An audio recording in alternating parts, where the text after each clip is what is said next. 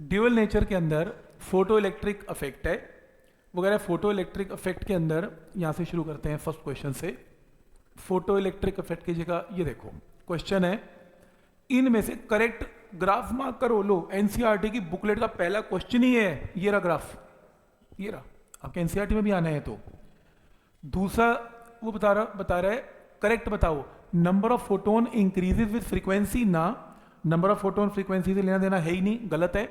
Maximum kinetic energy of emitted electron increases with frequency, yes, frequency बढ़ने से maximum kinetic energy बढ़ती है, correct है।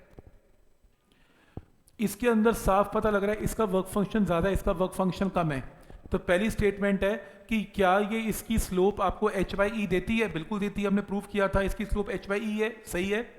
सेकेंड है M2 will emit photo electron of greater kinetic energy, बिल्कुल गलत, M2 का वर्क फंक्शन ज्यादा है तो काइनेटिक एनर्जी कम है, तो गलत। Which of the following statement not true about stopping potential, तो इसका आंसर है it increases with intensity, intensity का स्टॉपिंग पोटेंशियल से कोई लेना देना नहीं है। अब देखो तो सही क्या आ रहा है। नेक्स्ट, मतलब इससे मुश्किल तो नीट का पेपर होगा। नेक्स्ट है वर्क फंक्शन गिवन है तो आपको आइंस्टाइन की इक्वेशन लगानी है। Which of the following phenomena does not explain wave nature of light, photo electric effect wave nature explain नहीं करता। स्टॉपिंग पोटेंशियल गिवन है, आप केमिस्ट्री के अंदर आइंस्टाइन की इक्वेशन में न्यूमेरिकल्स करते हैं, सेम बिल्कुल एनसीईआरटी में न्यूमेरिकल जो हमने क्लास में किए थे सेम है, एक्सेप्ट ये न्यूमेरिकल।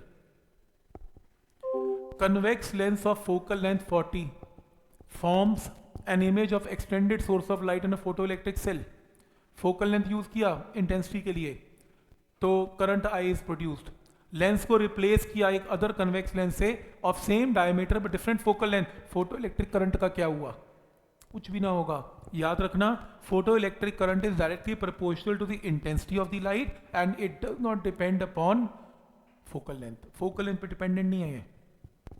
और तुमने इस क्वेश्चन में क्या चेंज की, फोकल लेंथ, तो तुम्हारी इंटेंसिटी चेंज नहीं होगी, तुम्हारा करंट भी चेंज नहीं होगा। अगर तुम डायमीटर आधा कर दो तुम्हारी इंटेंसिटी आधी हो जाएगी और तुम्हारा करंट भी आधा हो जाएगा। तो इंटेंसिटी पे डिपेंडेंट है, डायमीटर पे डिपेंडेंट है, लेकिन फोकल लेंथ पे कुछ डिपेंडेंट नहीं है।